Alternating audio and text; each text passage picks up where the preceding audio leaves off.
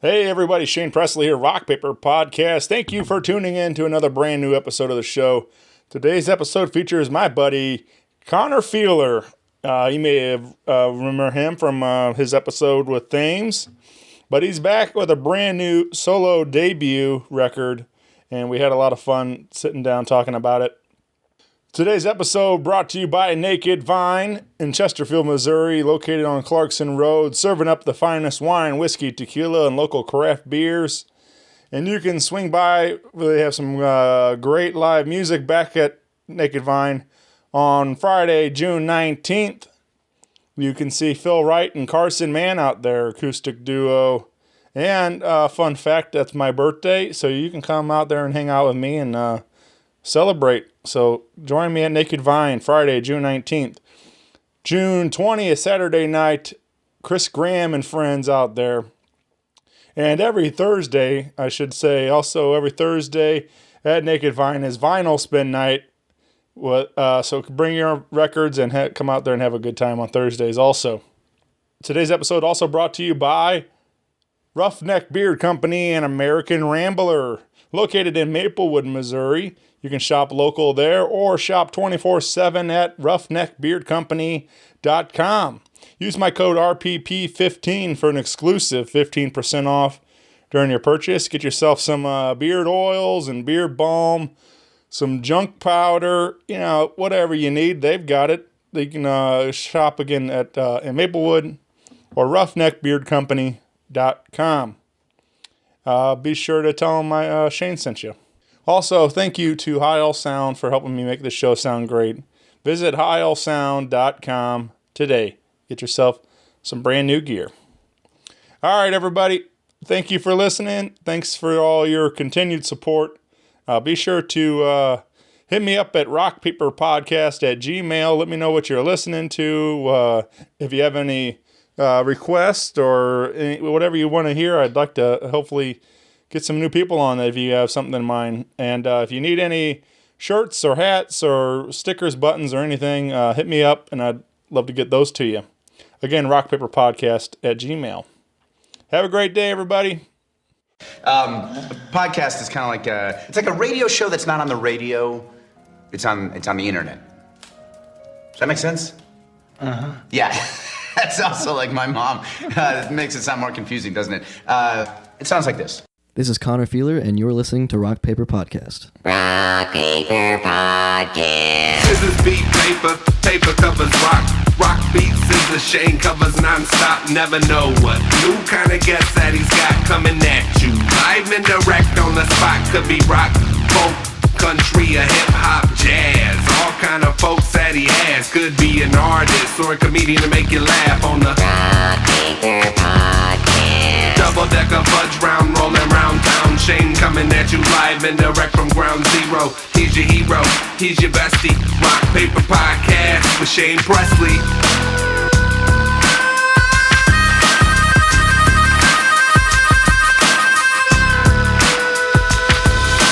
Rock Paper Podcast. Hey, everybody. Shane Presley here, Rock Paper Podcast, coming to you from St. Louis, Missouri. Hanging out today with Connor Fiehler. Welcome back to the show, my friend. Yeah, always a pleasure. Good to be here. Yeah, man. Now this is your third appearance on the show. Correct. Yeah. We did 2 with your band Thames. Mm-hmm.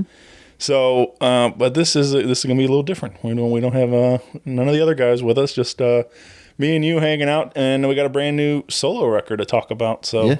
This is exciting stuff, man. It definitely is. So what's I guess I think it'd be fun to kind of talk about some of the other stuff, being that we don't have the band with us. We've definitely gone into detail with that project and stuff, but obviously I'd like to get to know a little bit more about you and everything else. But I think we should start with the fact I think we're getting out of it a little bit. I think hopefully we're getting out of it. But this coronavirus stuff and of course it was had a pretty big impact on you this year. Obviously, being a graduating senior this year, class of 2020. Yep. So, which was so you want to talk about that a little bit? How this impacted your year and stuff? Like, what's that like being a senior and stuff, going through all this and getting all that cut short? Yeah, well, it's really strange. I go to Kirkwood High School here in Kirkwood, Missouri, and I remember very specifically a couple of my buddies the last day before spring break, which was like March 16th or 17th. Joking about like, all right, happy last day of school, guys, and we were like, oh yeah, okay, whatever. But turns out they were right. We have not been back since, and now we're over. Graduation has been postponed to we don't know when, and all the gigs that I was supposed to have since then have been canceled, obviously, and no summer tour this summer and stuff like that. So it's been really strange not having as much of the like last hurrah with some of your high school buddies that most people have before they go to college and stuff. Which at college, the first couple semesters of that remain to be seen as well. Sure. Yeah. Yeah. I mean, it's weird times, man. I mean, obviously everybody's been talking about it in great detail, but it's just like, nobody's been through something like this really. Like, I mean, yeah, like, we had different plagues and things in history and stuff, but it's just like I'm saying, like, it's weird how everything's just shut down. Nobody knows. And that's the scariest part, I think, about all of it is like, there is so much unknown and stuff about it. So, yeah. But yeah, hopefully, I mean, it's just weird too, like looking back, because like right around that time, like, early March, I was still like so excited about summer 2020 because it was like every great tour was coming to town. There were so many incredible shows that were going to be happening, and I'm just like, this is going to be awesome. And then, of course, like, just a couple of weeks later, it's like everything is canceled. Yeah, man, it's weird. It's just, I don't know. Nobody, would have thought that, but nope. So, yeah, I'm really bummed, man, because I almost like got to thinking like some of this might be too good to be true, and then of course it ended up being that case too, that we didn't have any of these great shows that I wanted to go see. I wouldn't, but you were supposed to hit the road with the School of Rock then or something, or Thames, or what were you guys doing? Yeah, Thames and I were probably going to do another smaller tour like we did last summer. Yeah. More of like a regional kind of Midwestern / like Nashville type thing. But I mean, yeah, obviously that's not going to happen. And who knows when touring and big shows as a whole are even going to become socially acceptable again. Yeah. I mean, like, I know a lot of most of the bigger ones. I mean, everything's setting out for 21. So it's like, I had tickets to see Alanis Morissette at Riverport, whatever, Hollywood Casino, and I got whatever it's called. Yeah, I got an email from her, and then she's like, "We're gonna hold off till next year." And I was supposed to go see Amanda Shires at Off Broadway in April 29th or something like that, and then she said they rescheduled to April 29th, 21 now. Sounds like I gotta wait a whole another year for that show. And so it's crazy. Yeah, it's weird, man. But so anyway, we got so you said you committed to moving to Nashville for school whenever that happens, if we make that happen in August. Yeah, so I'll be going to Belmont University down there. Yeah, man. I'll be studying commercial music with a guitar major / focus, and then hopefully do some songwriting and stuff while I'm there too. So very nice. Yeah, that's what I think is. That's gonna be a really fun opportunity. I mean, let alone like just getting into college, but moving to a new city, trying meeting new people and everything else. Like it'd be a lot of fun to be a part of that. So yeah, I mean, I'm excited because not only will I be learning in the academic environment itself, but I'll also be in this place that really is able to kind of foster upcoming musicians anyway on its own merits without the school part of it. So I think that's going to be a really, really interesting place to be. Yeah. Well, so that's what I thought was cool when you hit me up about this. When I learned about this project coming out, I thought, because again, I know you through Thames, and I know you mostly playing bass in the band, right? So Yep. so that was cool to kind of learn another element of about you, and the fact that you play guitar also, and the songwriting and everything else. Like, so it's just fun for me whenever I can, you know somebody in one light, and then like you learn a whole different side of what they do too and stuff. So Yeah. Well, I'm the star of the show now. So so this was so you gave me a little sneak peek, and we're gonna preview some of the songs on here. But you have your debut album coming out, Generation Flee, on May 22nd. Yep. That'll be available everywhere digitally. Yep. And so this is cool, man. I'm like, I just think it's really neat that you went ahead and you're like, I'm gonna go ahead and do my own thing. So I mean, it's so what made you sit down? Like, did you have these songs already that or how do you come up with like, I'm gonna work on my own record this time around? Well, so it kind of started. I was almost making a goal for myself, like years ago. I was like, I think it'd be cool to have like an album out by the time I graduate high school or around then. But I didn't really start writing songs until about April of last year, and it took me a while to actually get good enough and experienced enough writing that I was actually comfortable with what I was creating, and actually felt confident enough to release the stuff that I was doing. But I realized that, like, because I'm in Thames, and I talked about it with Gabriel, the lead singer and lead songwriter of Thames, and the music that I write is just not like, it's not the music that Thames Right. Plays, I guess. And I'm sure that that's a pretty common thing where, like, certain members of the band will try to write songs, and then it happens that their style is not compatible with what they usually do. So yeah, I mean, I was just like, well, why don't I just do this by myself? And so I started playing around with Logic Pro X, the digital audio workstation, and just seeing what I could come up with my pretty basic and minimal rig that I had at the time, my recording setup.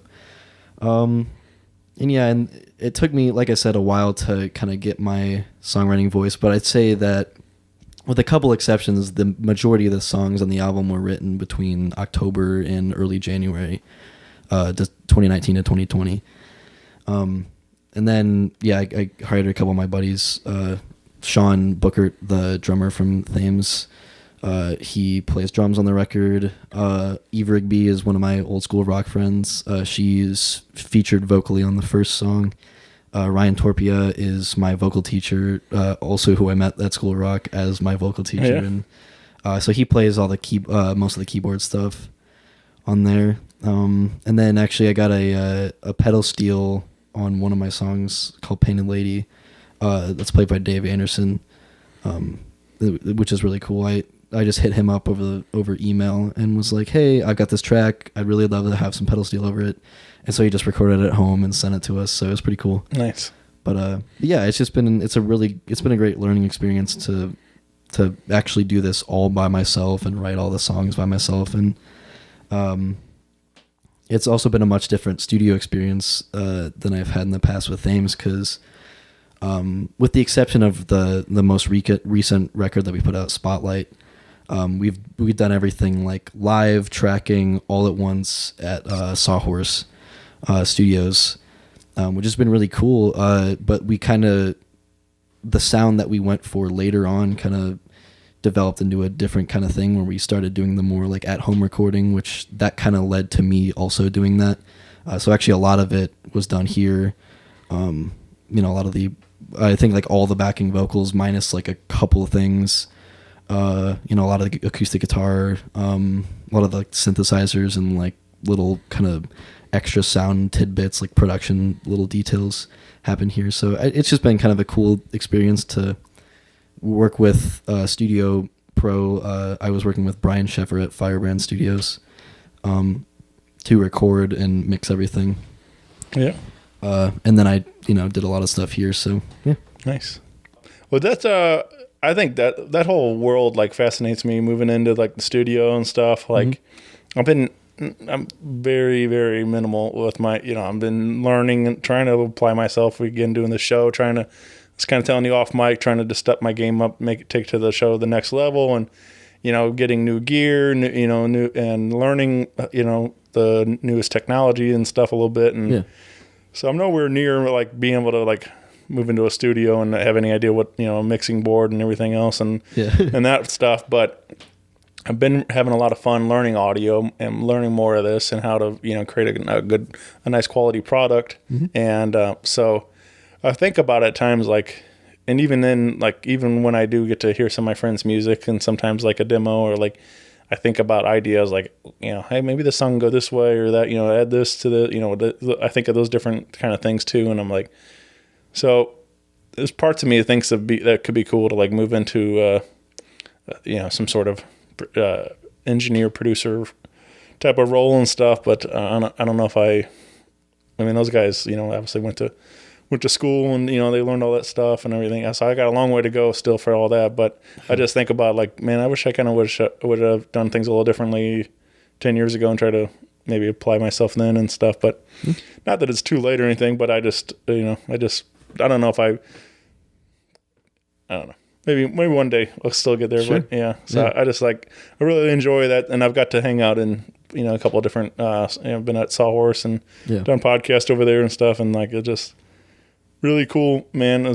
Being in that setting and stuff, and seeing those guys work and everything else. So yeah, it's a whole different world over there. Yeah, the studio spaces that I've worked with here have been Firebrand and Sawhorse, and both places it's just super professional. Like they just get stuff done. It's really cool. Yeah. So but you're saying you're doing some here at home. Is there any? Do you have a similar interest in it, or you just do it more?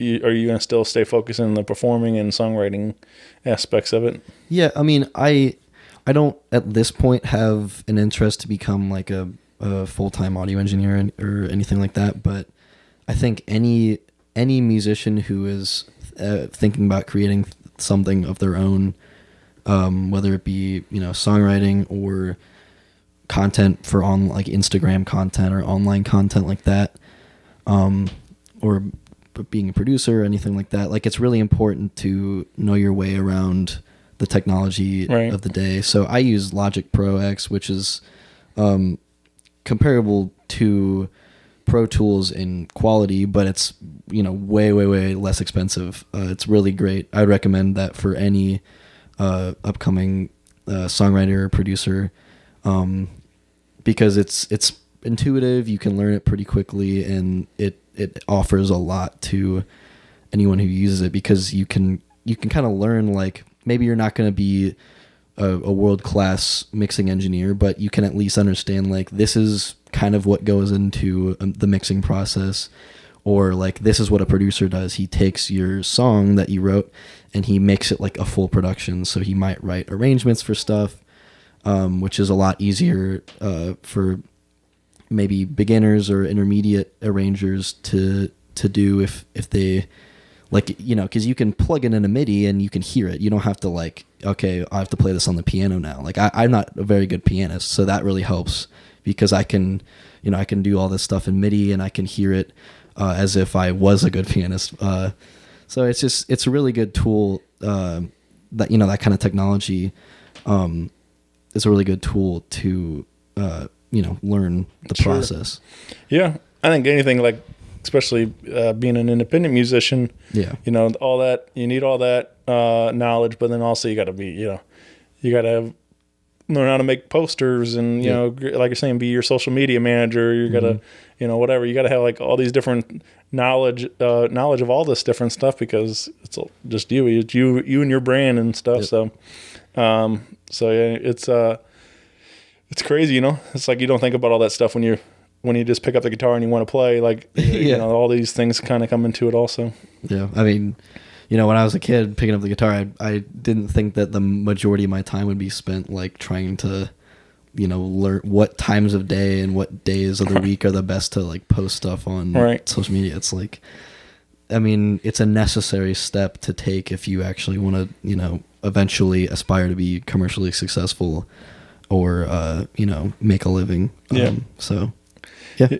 Let's go ahead and give them a little glimpse of what you've been up to. Again, this everywhere, Generation Flea, available everywhere on May 22nd. But let's start. You mentioned Eve and singing with her, and this is a song called "The One You're Using," right? Yep. And this is fun, man. This is it's a good rock and roll kind of tune. And again, you got Ryan on keys in there, right? Yeah, he's playing organ. And organ, yeah. So. And then Sean on drums with you. Mm-hmm.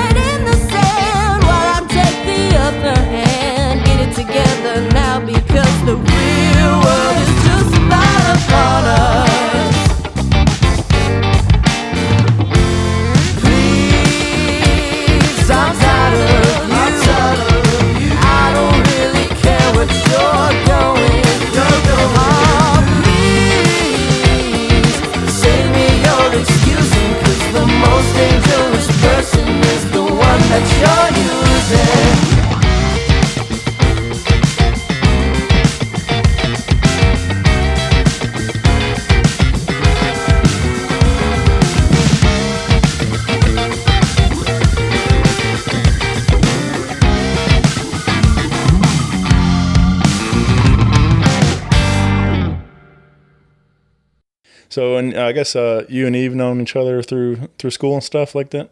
Through School of Rock, yeah. So we, I guess probably about 2015, 2016 is when I met her.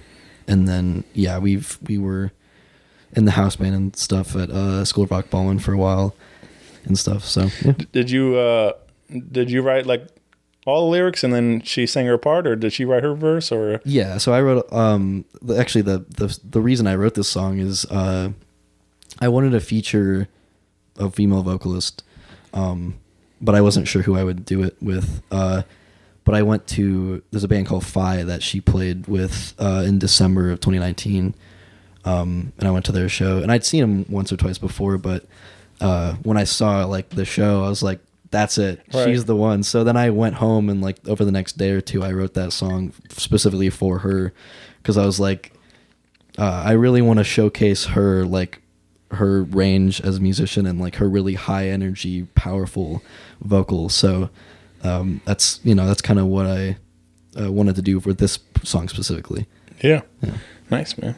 I've gotten to see her perform a few different times around town, like with I think she did with Al Holiday. Mm-hmm. She's performed, and I've seen the School of Rock band a couple times, like at around town. Yeah, some of the different venues. I'm playing with, I think remember one was like with Funky Butt Brass Band at Old Rock House and stuff, and I'm pretty sure she was on that show. And then I think she did something at the Big Muddy Blues Festival. I think the Baby Blues Festival, or I can't remember. I don't know, but anyway, but yeah, she's incredible. I remember, I remember noticing, like, even very, she's very young, but like big voice, and so it's cool to see her, continuing to pursue this and everything else, and performing, and you guys getting to collaborate and everything else. So, so keep an eye out for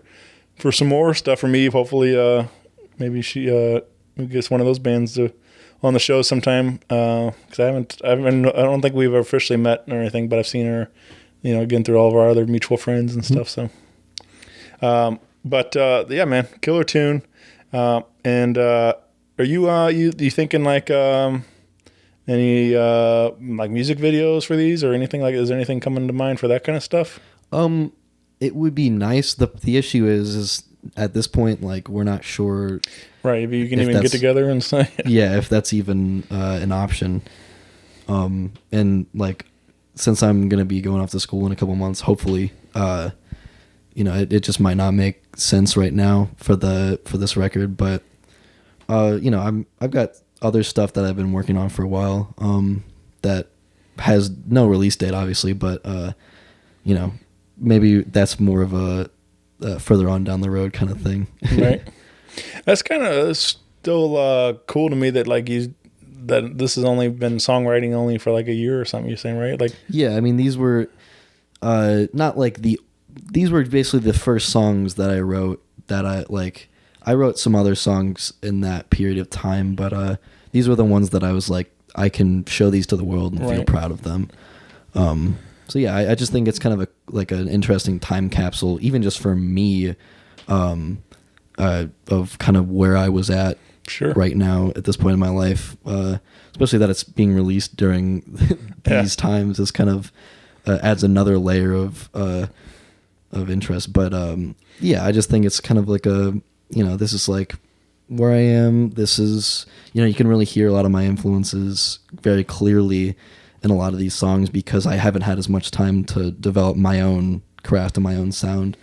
So yeah, it's just kind of a little point in time. I think that's great, man, because that's I think again, even going to doing this show, we started, we were nowhere near great or anything. It was just fun. It was just it was something to do, but it's crazy to kind of look back at like where we were then, versus where you are now. And then like the quality difference, and everything else. Like, I mean, we all got to start somewhere. So it's just like, but I like having all those out there, even if like they're hard for me to listen back to. But it's just nice to have that documented growth of as you evolve and stuff. But you put enough hours in anything, you're going to get better at it, hopefully. So yeah. So yeah, but I was really impressed for even like I say, only writing for a short amount of time. Like, there's some really good stuff in these lyrics, and I was so I enjoyed listening to this record. Yeah, thank you. And one of them, which I think is fun for me, again, is this is kind of more your typical songwriter stuff. We did a little live acoustic jam, and that's what I think is. I love all the big production and everything, and having all the instruments. But when you strip all that away, and it's just you, vocal, and a guitar, or keys, or whatever it is, and you can sit there and focus in on those lyrics. That's when you can really get into realize you got some really good stuff in there and stuff. So we did one of those songs that live was "Give Me a Reason to Love," and and that was again another standout for me. And You're going to hear the acoustic version to hear on the show today, but we do have the recorded album version to be on the album as well. Yep.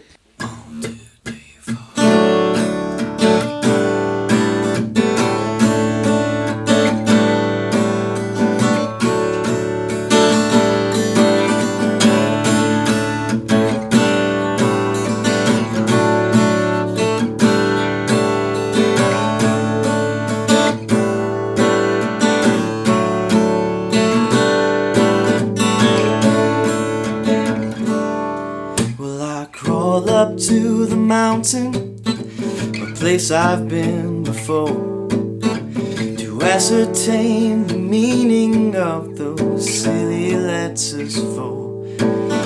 But many a man has tried and failed, and many a man has died. And if I see you in beautiful hell, well, at least you'll know I tried. And God knows life has no meaning, this he has made sure. His books and scripts of pretty little lies that make his planet yours. Well, I found out for myself what's been killing all the doves. Talking through your teeth is what I'm thinking of. Just give me a reason, love.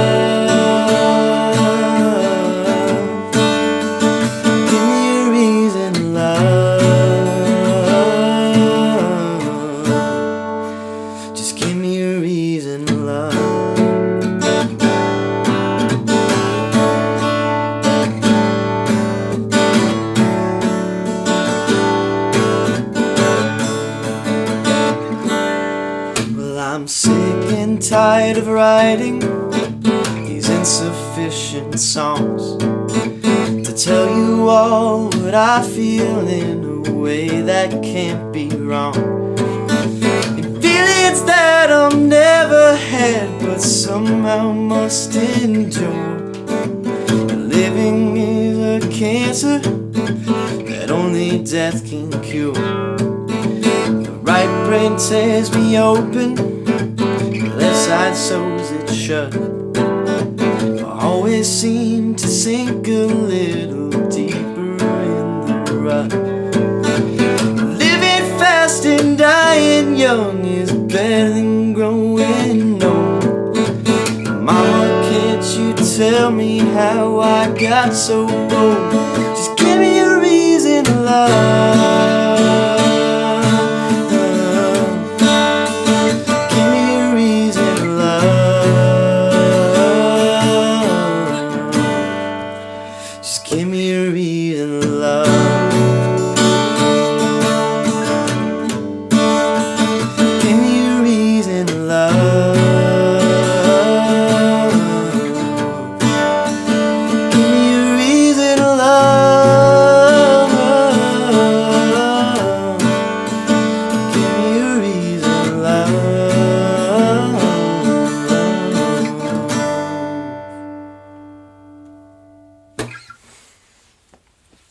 This man, beautiful song though, man. Like, yeah, thank you. You want to talk about this a little bit? Sure.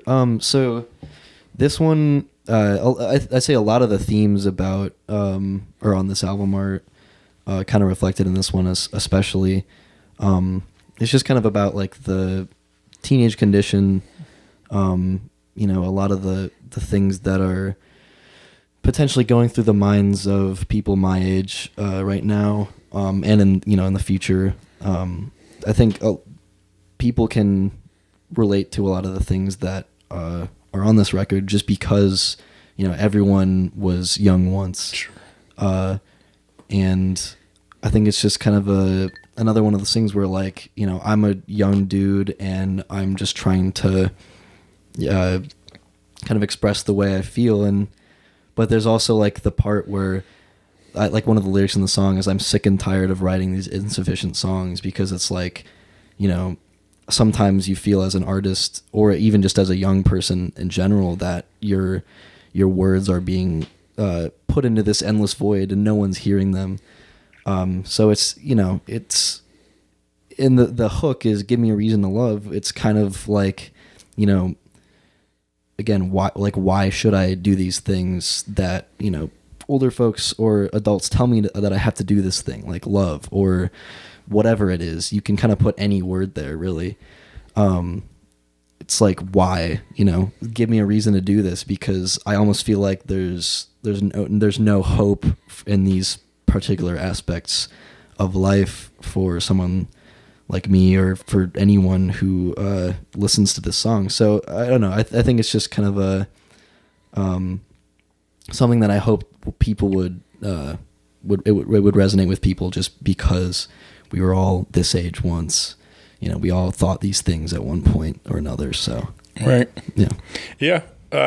There's I don't know if exactly what, but kind of reminded me as you're saying that. Like, I remember when me and my wife now, like when we started dating and stuff, and then of course everybody's like, when are you gonna get married? Yeah. When are you gonna have babies? When are you gonna? It's just like, it's just everybody wants you to, like, you know, keep, you know, whatever the next thing is and stuff, and like, so it's just kind of nice, like you're saying too. You said there was a lyric like, you know, live fast and living fast and dying young is better than growing old. Yeah. So it's just like, and there's some of that too. I mean, like, you know, there's nothing wrong with just living life, man. Just having fun and stuff, and being a kid and stuff, not having to really worry about all that stuff. So yeah. I mean, I'm 35 and I still like, you know, living that way. So yeah, exactly. you know, it's just like, it's a good time, but yeah, anyway, you played the skips we'll have a little video pop up here. Yeah. And it's just a really, it looks like the guitar's got some stories to tell. Yeah, I think it does. So that was my great grandmother's guitar. And she didn't play a ton. She wasn't she didn't gig and she didn't write songs, to my knowledge at least. But yeah, that thing's just been in the family for a long time. I think it's late 60s, early 70s. And it's funny because like even at the time it was one of the lower end models, but we've just always kept it because that's really cool. And it's just beat up like crazy, and it's all the paint's chipping and it's cracked everywhere, and the lacquer is completely destroyed, and like the fretboard is carved out because of how long it's been played, but it's just got a lot of heart and soul. That's the only guitar that's actually on the record, acoustic guitar. Oh yeah. Nice. All the acoustic guitar is that one, just because like there's one song, the fourth song off the record called "This Just In," which is just a bunch of layers of acoustic guitar, mandolin, stuff like that, which was all actually recorded here in my basement. But that one holds a lot of importance for me because all the instruments on it. My mandolin is my grandfather's. That's my great grandmother's. Like all these family instruments that I'm using to make this song, and then it was recorded here in the house. It's like it just got such a warm and homey feeling. Yeah, man.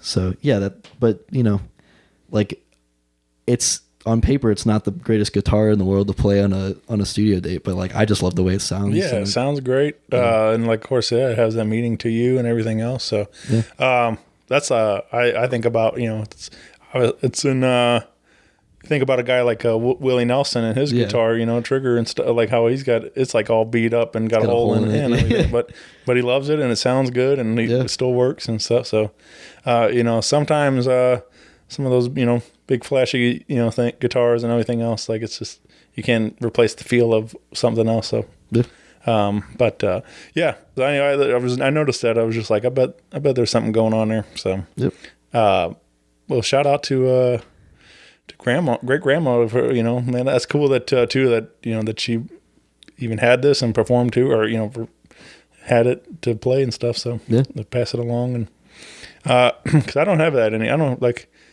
Dad played a bit, like just kind of playing around. Never, like, he would, you know, occasionally like sit in with a band. He played some harmonica and stuff, and would occasionally sit in with some different, you know, blues or, you know, rock bands or whatever, and played some bluegrass stuff every now and then and things, and did some different things like that. Played a little guitar, just kind of dabbling with that, and then we had a piano at the house, but who knows when that last time it was tuned or anything, and but he would always just kind of like, pretty much all he would play was the opening to old time rock and roll. And so anyway, I'm envious of people that like that grew up in that world of where these family bands and everything else, everybody just jamming it and stuff. All these talented people in one family and stuff, to have that kind of connection where they can speak through music like that and stuff like so. Well, it's funny because my immediate family, like my parents, I wouldn't even say that my immediate family is actually a musical family, because my parents played in school. My dad took piano lessons, mom played saxophone and stuff, but and my grandparents I don't think really played much at all, except my granddad, he plays mandolin now. But like I'd say the more musical family side of it is actually my cousins, right, and my uncle, my uncles. So like, we don't get to see each other as much as my parents, obviously, but when we do, it's like, we always get together and jam and stuff. My cousin Liam goes to University of Memphis, and he's an incredible upright and electric bass player. But it's really cool because him and I have this really special musical connection. We're both in the same music. We both, like to play the same stuff. So yeah, that's one of the cool things about it. But yeah, I mean, I think most of the immediate musical upbringing that I've had has been more of like my friends that I've met through School of Rock and other things as well. So, and even like my high school, there's a lot of guys that I play with there who are really, really brilliant players, writers, producers, stuff like that. So, yeah, it's just really cool to see a lot of this new generation and be part of it. Cause like we don't know where it's going to go, because we don't even know how long it's going to be till we can play shows anymore. So we're in this kind of dormant stage where like, we're all just cooking up more music, just waiting for it to be released and put out to the world. Right. As young people. So yeah, so you're trying to talk about some of the different things that kind of went into this record, and as I listen to it, it is a little all over the place, which I love about a record. Yeah. I like hearing all the different influences kind of coming through, and hearing you got your more rocker ones, you got your stripped down, more acoustic one type of songs. You got but so it's a little, I don't know. What do you kind of want to go for all of it, or are you just trying to? Do you feel like, how do you want to describe this sound, or the record and everything else, or you as an artist, like how do you feel like? Are you trying to just go for all of it? Because I also appreciate that too. Like I don't feel like anything should be boxed in. It's I like people that can do. Rock. I mean, there's a lot of them that can do everything. Rock, country, R&B, whatever. It's like so. I feel like as an artist, you're constantly evolving and you're exploring different sounds and everything else. So, but anyway, how do you feel about all that stuff? Like, as far as the sound and yeah, like I mean, in terms of genre, I think it'd be difficult to classify it as like a whole in one term. Like I was saying earlier, you can hear a lot of my influences on their own because I don't have as much of a cohesive sound as a lot of more experienced writers do. So like, yeah, like you said, like I've got some of the more rock tunes. Like the first song, the last song are pretty like rock funk / prog rock. But then I've got other stuff where it's like just straight singer songwriter. Some of it's folk. Some of it's like the title track Generation Flea, believe it or not, has a lot of influence from like Bruno Mars and sort of the more contemporary pop type of stuff, which like I've never been like super into mainstream pop, but he's actually one of the few artists that I really listen to. But yeah, I think it's more of like a song by song basis at this point. I think probably in the future it'll be a little bit more packageable, but I think it's a kind of a cool. It was almost a cool experiment just to see like how many genres I could play with, and fuse and crossovers. So yeah, man. I mean, like I said, it keeps it fresh too. You know, it's like I don't really ever want to put on a record and listen to like 10 tracks of the same kind of thing. So, which some people like that. You know, some people that's what they want. But me, I like variety and stuff. I make on my Spotify, I have a playlist and I just hit shuffle. I like all the different, variety and things. So, so I like that about this record too, for, just a lot of different things coming through there. There's a couple, man, like, I don't know, got a little angry. There's some anger in here. There's a lot of anger in there.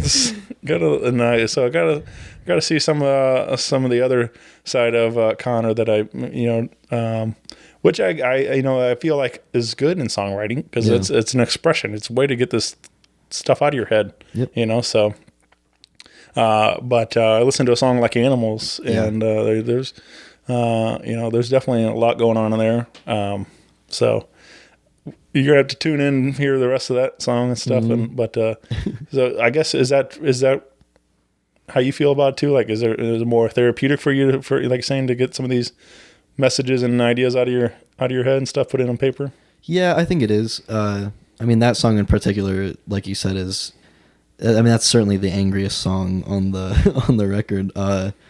It's more about just kind of like some of the state of our politics and stuff like that. Which, like, I'm an 18-year-old musician. Like, clearly, I'm not the most qualified person to talk about those things, but it still like reflects some of my own,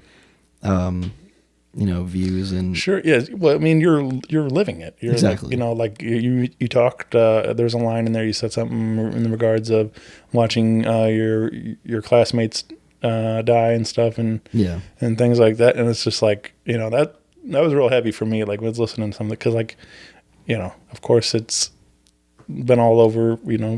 All these different school shootings and different things. I mean, the terrible things that are happening in our country and stuff. But like, so I thought it was a unique perspective, being that it's actually coming from somebody that's 18 years old, being in that in that school and stuff or whatever. So yeah, I mean, like, clearly, like I've never been in one of those situations myself, but it's just kind of like you can hear. You hear people talk about it on TV all the time, news anchors, legislators, stuff like that.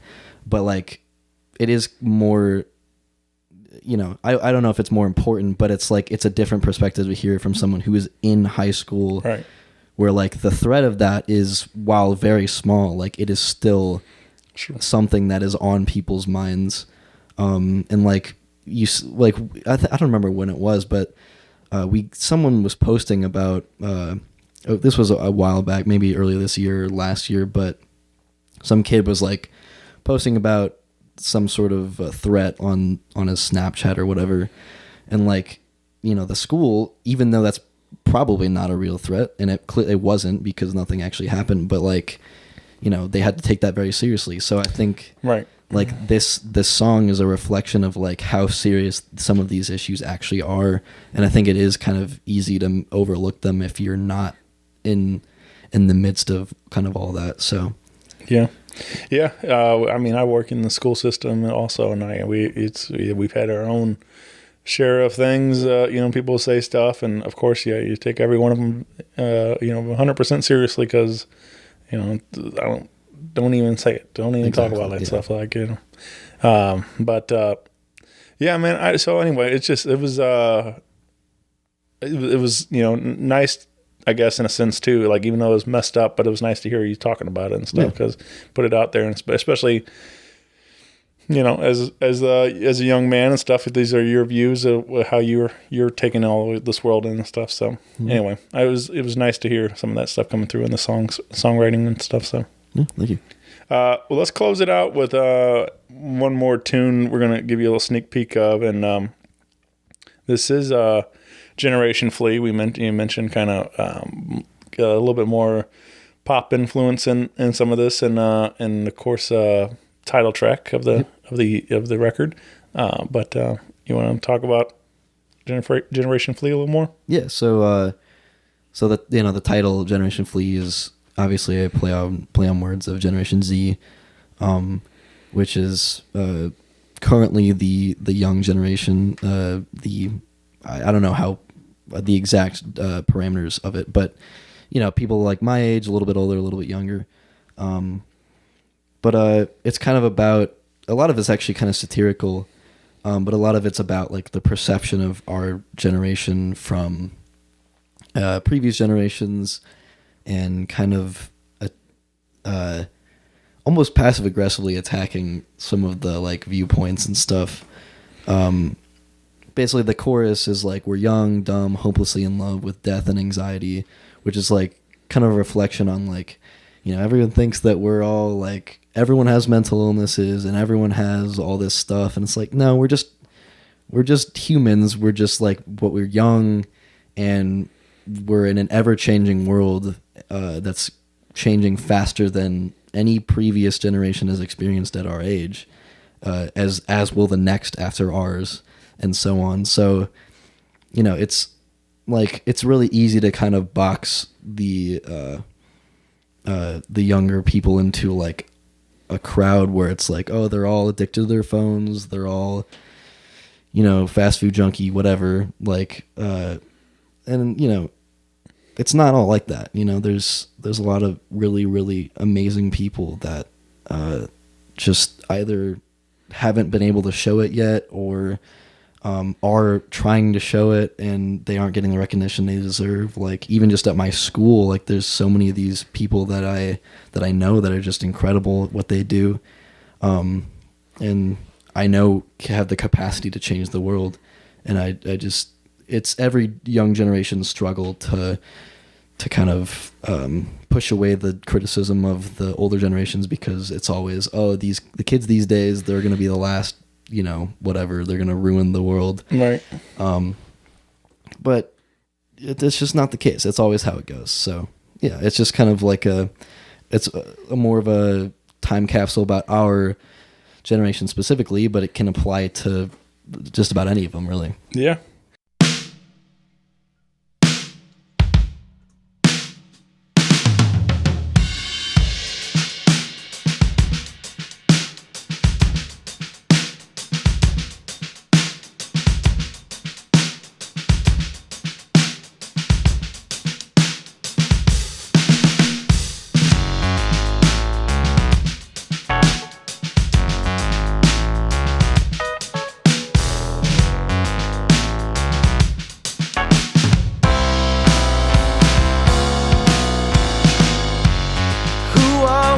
To say that life must go our way.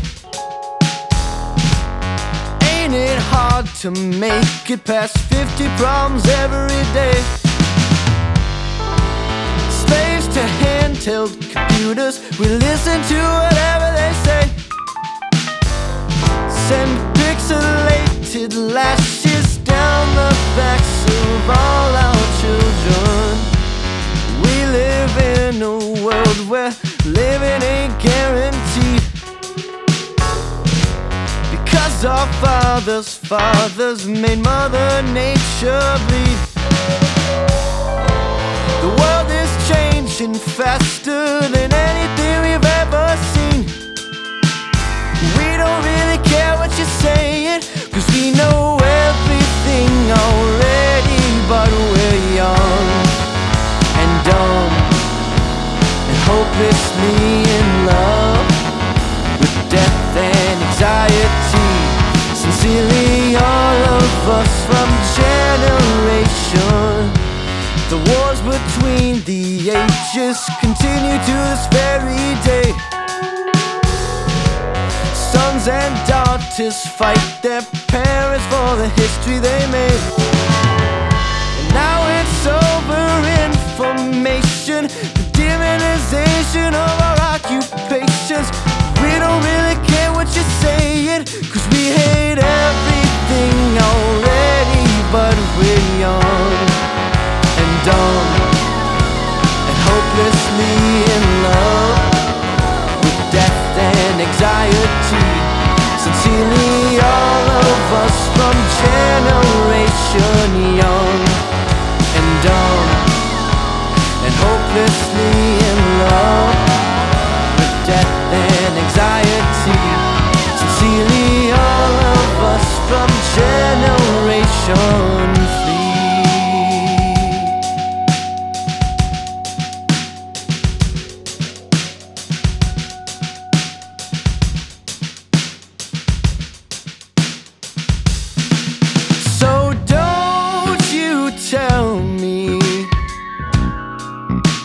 that kids these days are lazy.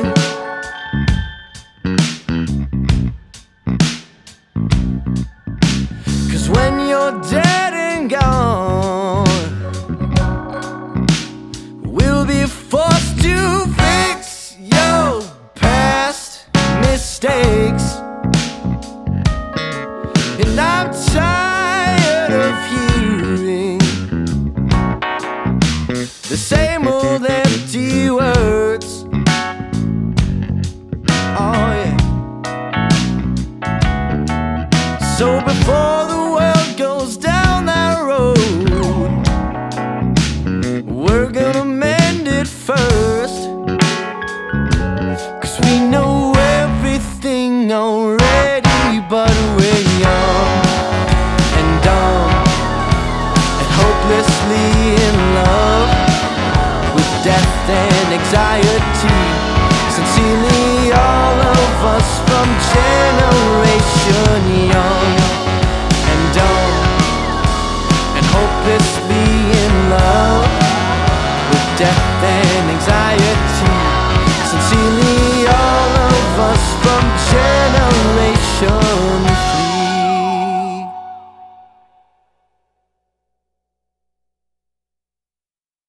I remember me and a buddy went out to dinner, or I think we got breakfast. But we were sitting there talking, and we're younger guys sitting and having a conversation. And we look over, and there's like two older, like probably grandparent, maybe 70 or something like that in that area, and they're both on their phones, and Yeah. stuff. And I'm just like, and I remember taking a picture, and I was just like, kids these days, it's like, or something like, it was so. I'm kind of with you, man. Like I think there's a lot of us that are still, kind of judged for that stuff or whatever it is, but everybody's guilty of it all, and being on their phones too much, and everything else, and I'm sure when I'm, an older guy, I'll probably look at the generation of kids then and be like, oh, you kids with all your holograms and whatever, flying cars, and I don't know, but yeah.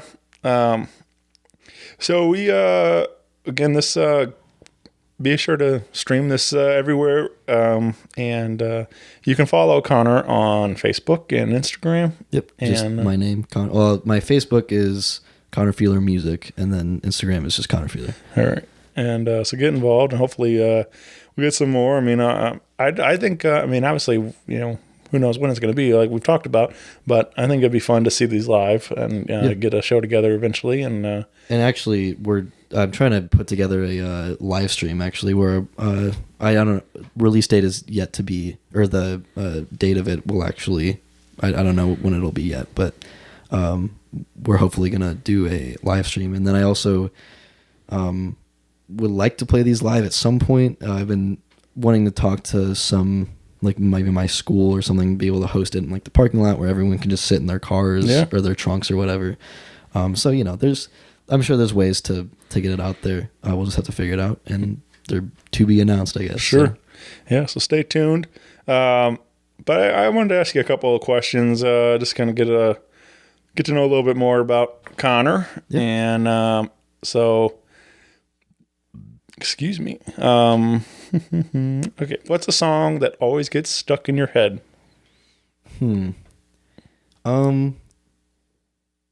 There's a song by Jacob Collier, who is probably my greatest musical influence, called "Make Me Cry," that I always go back and listen to, and I can never I put a video of it out on my Instagram a couple days ago, but that one has always just been like in my head, even since it came out a year ago. So that's definitely one of them.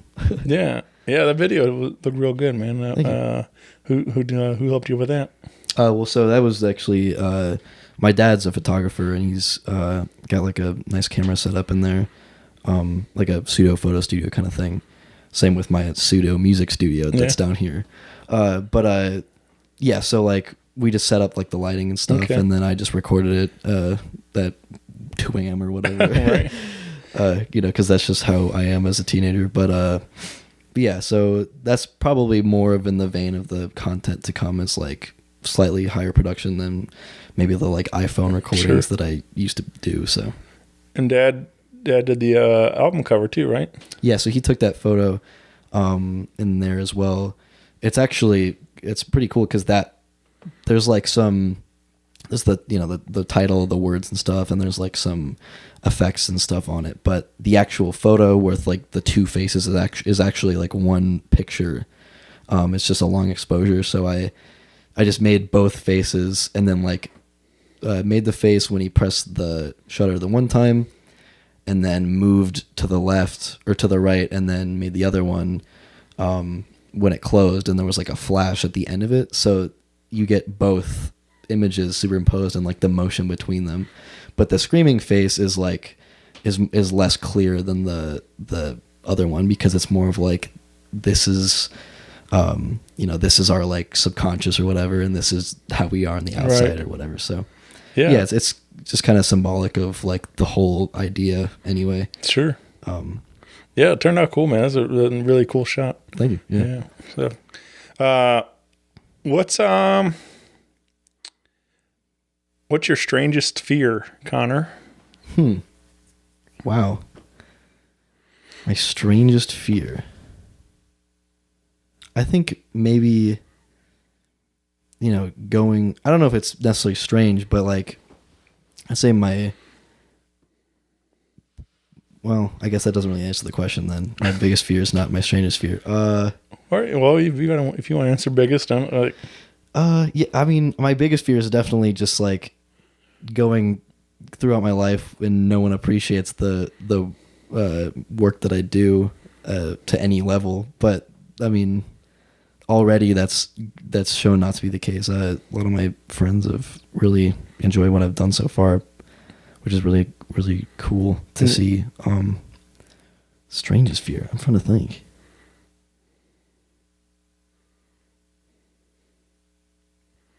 I think probably my strangest fear is just because it's not going to happen, but like my house burning down, because like all of my stuff is here, and like I'm sure that is the case for anyone, but like all of my instruments and like I should probably back some of my stuff up to the cloud anyway.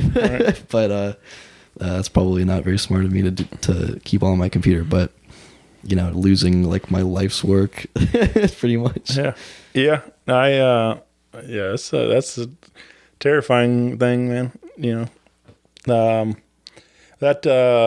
I have a friend, actually, a comedian, but he had a good idea. Like he, again, with joke premises, the same thing you can play for songs, but he emails himself all the time. That way everything's on a third party, back up like that. So, it's a good idea, I know people, phones, people have all their, you mentioned off mic, but earlier about, having a lot of song ideas and stuff on your voice memos. And, and it's like your phones crash and, or you break them or whatever, and you lose all that stuff. And so, yeah, it would be tough.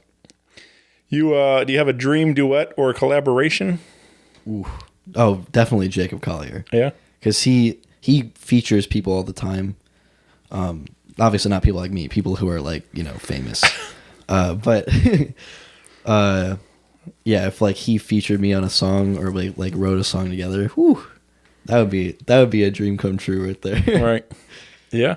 I gotta check him out. I knew I heard your version of the song, but I don't know anything else about him, so I'm gonna have to take a listen. Yeah, he just dropped a single yesterday. He's got a new record coming out this summer, but he is the like pioneering force behind probably the new wave of music, at least that I like. So it's just really cool. Like the song he put out yesterday features Ty Dolla $ign and Mahalia. I don't actually know how to pronounce her name, but just really cool people.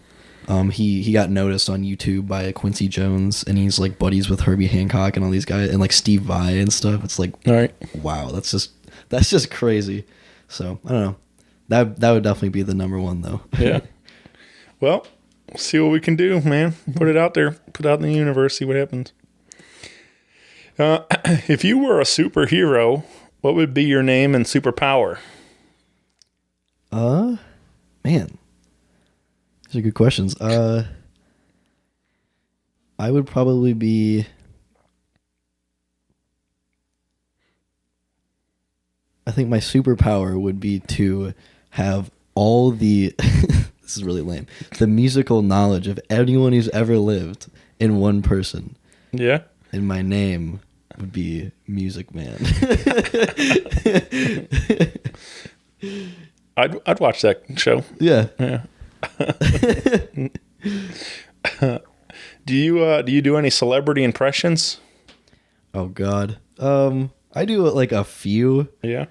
Like I do one with my mom all the time of Patrick Warburton's Joe Swanson from Family Guy. Oh, Everyone does that one, of course. I do like a bad Bill Clinton and stuff. Like nothing good. Yeah. Are you gonna give some a Joe? Yeah, okay.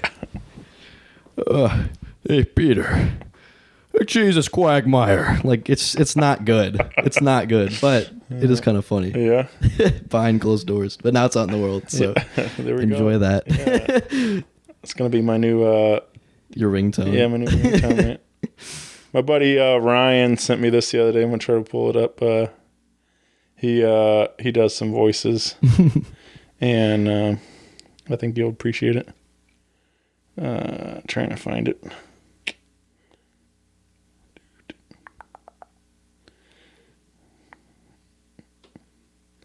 I didn't think it was back that far, but I guess it is.